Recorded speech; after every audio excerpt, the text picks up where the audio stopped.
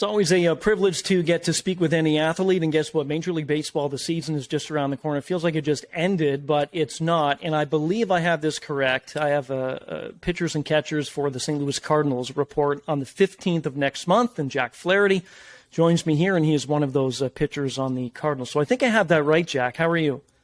I'm doing well. You do have that right. I think day one is the 15th, right after Valentine's Day. I got to ask you, though, first off, we'll get into so many things and about your career and the initiatives and things. 162 games. I know you love baseball. That's a pretty long season, though, right? And if you end up getting the postseason, you could be looking at I don't know how many games, but it's a long grind. It spans a lot of months. I typically leave California very early on in February, and we're hoping not to get back until November. Hasn't gone that way yet, but we've run into the middle of October pretty much every year is when I get back. So it spans a long time, and I mean, you really got to love baseball to go through that whole grind. I think people really understand. I think people really know that it's like every day. Like when I meet somebody and they're like, "Oh, y'all play every day." It's like, no, yeah, there's a game every day. You don't get a couple off days in a row. It's like, no, we get an off day, and then we back at it again the next day. You need to be mentally and physically strong, right, with that game, especially for pitchers. And I get it once every fifth day, but still, you got to be completely on your game. Okay, we'll get into St. Louis and all that stuff in just a second, your career and the initiatives. I was looking up a little bit about you, and you were an amazing high school pitcher. Before we get into that, I know it's taking you back a little bit, but good memories for you. Where did this love of baseball start? I know you started when you were a kid, but was there one moment in time that you just thought, you know what, I kind of want to take this game and I actually like doing it? I don't know if there's one specific moment, but my mom. I grew up in LA, so I grew up going to Dodger games. My mom would take me. She would take me since I was. I don't even think I was one yet when she would start taking me, and I'd just go. I'd sit on her lap, and she talks about how as kids get older and they go to games, they'd be running around, they'd get bored or whatnot. They feel like they need some sort of entertainment. She's like, I would just sit there and sit on her lap and I watch the games, and I would just be completely like locked in and like just enamored with the game, just absolutely loving it. And so, it starts with her, and, she has brothers that play baseball. And so that's how she kind of got me into it, got into taking me to games. And that's really where it came from. And since then, baseball's always been the first love. Played other sports, but that was always the first love. It's in the blood. I know you played positionally too, and then you went to being a pitcher. So I think I have this right too. You went 35-3 when all was said and done, which is a pretty incredible record. And the last game that you played in high school, you threw a no-hitter against Riverside North. I think I have that right as well. Mm-hmm. I know obviously the emotions out of that game were amazing because of what you did. But going into it, if you did think at that time that was your last game, what was the mentality going into that one, if you can remember? It was, thankfully, so it was the second last game I played because we won that one, but it was like I was starting. It wasn't even a thought of like, well, we're not going to lose like today, like at home I'm pitching. Like, that's not going to be the last high school game I play with these guys. Like it was kind of just like, no, we're going to go out and we're going to win, and we'll deal with the next round after that. We end up losing in the next game, but yeah, it's in the back of your mind, going into it that day, like you knew this time would come, like, okay, like we're really here, and like it's in my hands. I had pitched both games that we had lost my freshman and sophomore year, so I know what it's like to pitch, the last day and have the season end like that. And my junior year we won it all, and then senior year, like it was like, okay, like this is the last run we get. So I don't know. There's a little bit of luck involved of throwing that no-hitter. One of our guys made a great play to end the game, diving catch. But those things just happen. It happens. I don't really know how to explain it, but it's fun.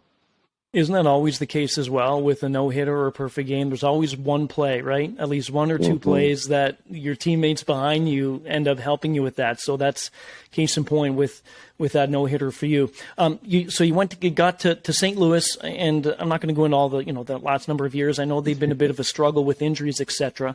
You burst on the scene, and you had a great season, and then injuries started happening. Talk about the mentality you've had to try to recover from those injuries, keep the mind strong, keep the body strong, and how you've gotten now to this point in 23 where I assume you feel healthy and ready to go. Yeah, no, I feel great. It was when I hurt my oblique in 21, that was just a crazy time. It happened, and I didn't really know what to do with myself. I tore my oblique, flew back to St. Louis, was rehabbing, and it was the first time that the team was going on the road, and I was like not packing my bag. I was going back to my apartment, and I was like, man, this sucks. It is weird. And then you go into the Yeah, field for you're there for 2, 3 hours, and you got the whole rest of the day and you go watch the game on TV, and it's just different. I was like, this is not fun. I was like, you don't want that feeling again. And then go through all the rehab, have the shoulder thing come up, and kind of have to do something similar. And then last year, kind of a lot of that. I traveled last year, which thankfully the team allowed me to do, and it was a that's lot good. better. But it just, you continue to put one foot in front of the other, understand at some point it's going to end. There's the injury bug or whatever you want to call it, it's going to go Yeah. away. That pain, that soreness that just continues to come back, it's going to go away, but you got to figure out, you always have to get back to the root of why, not, how do I make the pain go away, but why does the pain keep coming back? And it took a couple of trials and errors, and eventually figured it out. But during that time, you figure out a lot about yourself, figure out a lot about what led to that, and you just continue to dig deep. What were some of the things, if you want to share, that you did figure out about yourself that you didn't know essentially beforehand? I think I felt like I had a good understanding of what made me good mentally, and then I was able to understand okay, no, I actually started to get away from certain things. I started to think maybe it was because I tried so hard and I cared so much every time I went out there and pitched, when it was a little bit on the opposite end of, you can't go out and try so hard and be I'm not gonna lose this game. Obviously the thought is we're gonna win, we're gonna do this, but some of the thoughts have to change a little bit, and you kind of gotta understand losing is gonna happen. And I think I got better at failing and losing by getting hurt, and Sure. understanding that there's things to learn from it. Whereas I used to just get pissed. You just get pissed, and you can't talk to me for 24 hours. It's Yeah, you're done. I have a bad start. It's don't talk Yeah. to me, don't come near me. If my mom's in town and we got to go out to dinner, it's she's all right, we'll go eat, but she knows I don't want to talk about it. But she's always been great. We don't really talk baseball after that. It's always about anything else. And but I think I got better once I got hurt at understanding my teammates, and then I got better at losing. You don't want to get accustomed to losing, but Right. there's ways to get better at it and learn from it. And that was a form of a loss. I admire that. I really do. If you can find a way to accept the losing the way that you did and grow from that, I think that's going to bode well for you, not just this season, but also the years down the road. Jack Flaherty joining me, St. Louis Cardinals pitcher. You mentioned that the Cardinals allowed you to travel. Just want to talk to you about three, but first two. Yadier Molina, the relationship that you had and still have with him, and Albert Pujols as well. Two of the greats, not just to play for St. Louis, but two of the greats to play in baseball.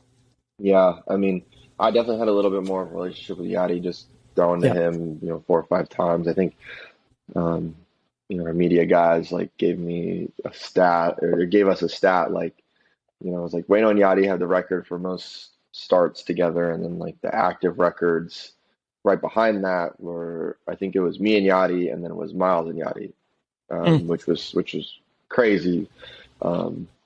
So, I hope we could step down a little bit longer, but no, it just goes to that relationship that we had and continue to build over the years, and the trust and everything.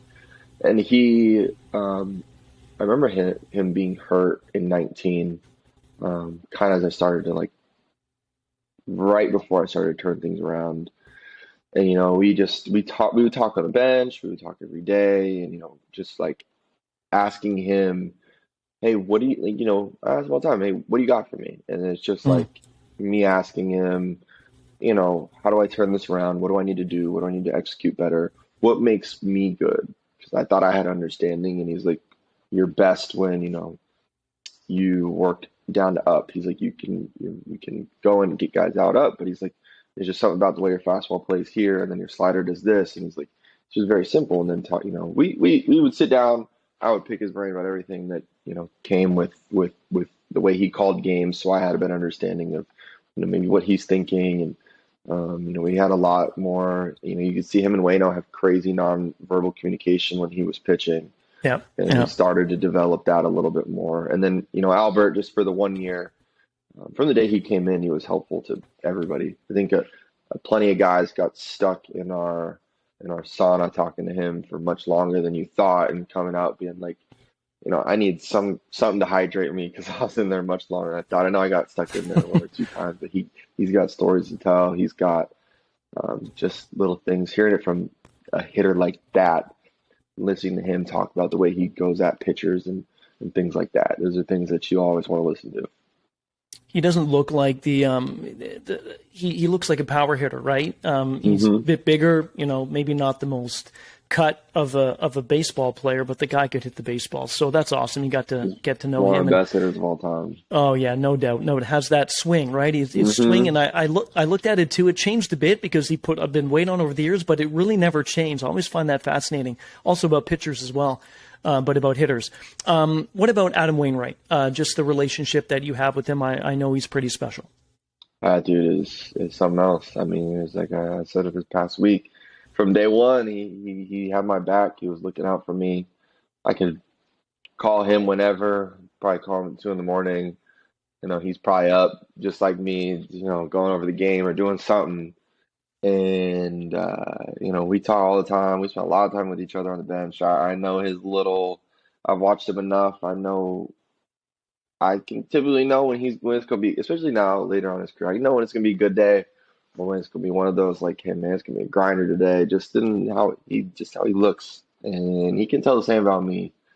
But he's an awesome dude to be around. Like, regardless of being a baseball player, as a father, what he does for, with his big league impact. His family's amazing, and then as a baseball player, like the work, like it's where it started. That's where it was like, hey, this is the standard. I remember like my first spring trainings, I went to a big league camp. I talked with one of the guys that I was living with, and he's like, we gotta be there at 6 a.m. tomorrow. And I was like, all right. And he's like, no, like 6 a.m. because Wayno walks in the door at 6:05, and if we're there after them, we're in trouble. And sure enough, we're there like 5:50, 6 a.m. He walks in the door, and that's just the standard that was built. And it's changed a little bit more as sleep has gotten more important, and he's changed his ways a little bit. But that was standard for however long. You just try to keep up with him, and he just pushes you. It's great stuff. You got great influences. He doesn't have to say much to push you. It's just the way he goes about it. It's funny you say that because a lot of times the most impactful people are the ones that don't say anything, the ones that you just look at and, okay, I get it. You don't have to say anything. I'm on it, and off he goes. So he sounds like one of those people. Before we get into some of the initiatives, et cetera, you feel good. You're healthy. Knock on wood, you're going to have a great season. It's a big year for you. Going into it, what's the mentality? Is it just to get back to what you were doing years ago when you felt mentally strong and physically strong? Because I know you can do it, and I certainly know you can do that as well. No, that's not get back to it. It's something that's been said. I just saw something the other day. Somebody said to me of, everybody's talking about, I hope we can get 2019 version. If that version comes back, then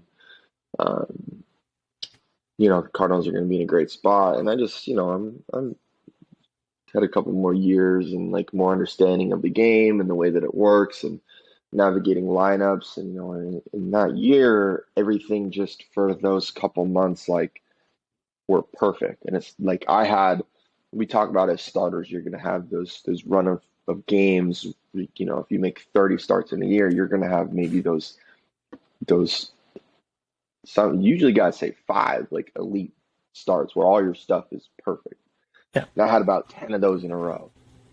And then I had, a couple where it was like the numbers came out great. I may not have felt like I had great stuff. I felt like my stuff was okay, but we started to figure out how to manage things. And then we come out in 2020 was a weird year. We come out in 21, and I don't think my stuff was great for like. I think I might have had great stuff, maybe one start.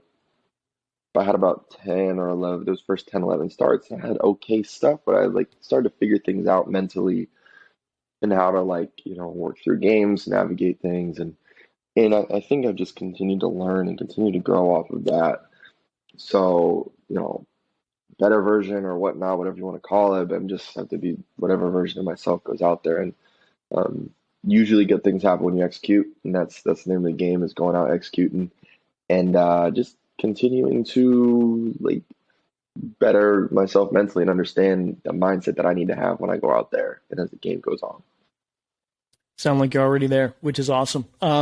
You've had to rely on people in the last number of years to kind of, keep you going mentally and physically and all that stuff. Jeremiah 2911, that's on your Twitter handle. Certainly sometimes the plans don't go the way you want them to, but you always have to know that there is a better one ahead, correct?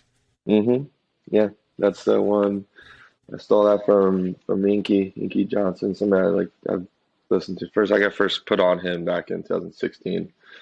Somebody sent that to me and kind of followed his stuff, but that's something that's a Oliver C quote all the time.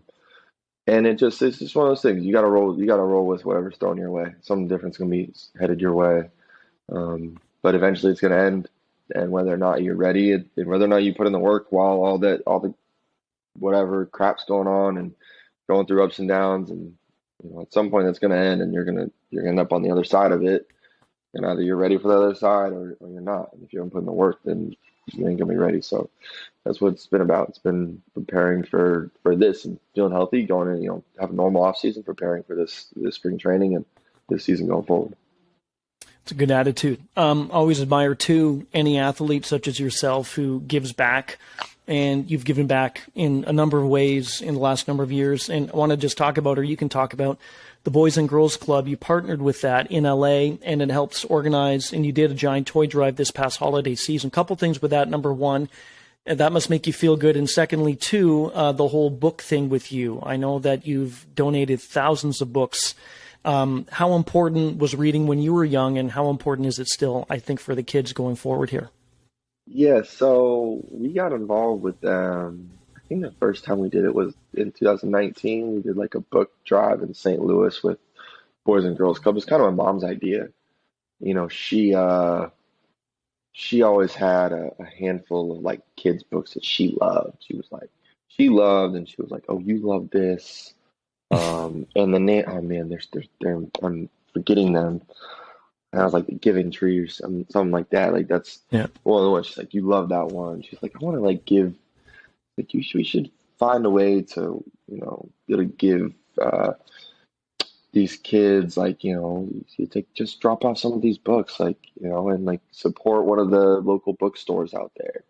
And it started with like, "Oh, let's support one of the local bookstores. Like, let's let's go in there, buy a bunch of kids' books, and then like do some of the Boys and Girls Club and give it to them." And it's not about me feeling good. Like that's not at all what it's about. It's just like anytime you start to grow and anytime you start to get to a point where you are now able to give back, and especially with the people that I had in my life growing up that helped support me, made sacrifices for me and did everything.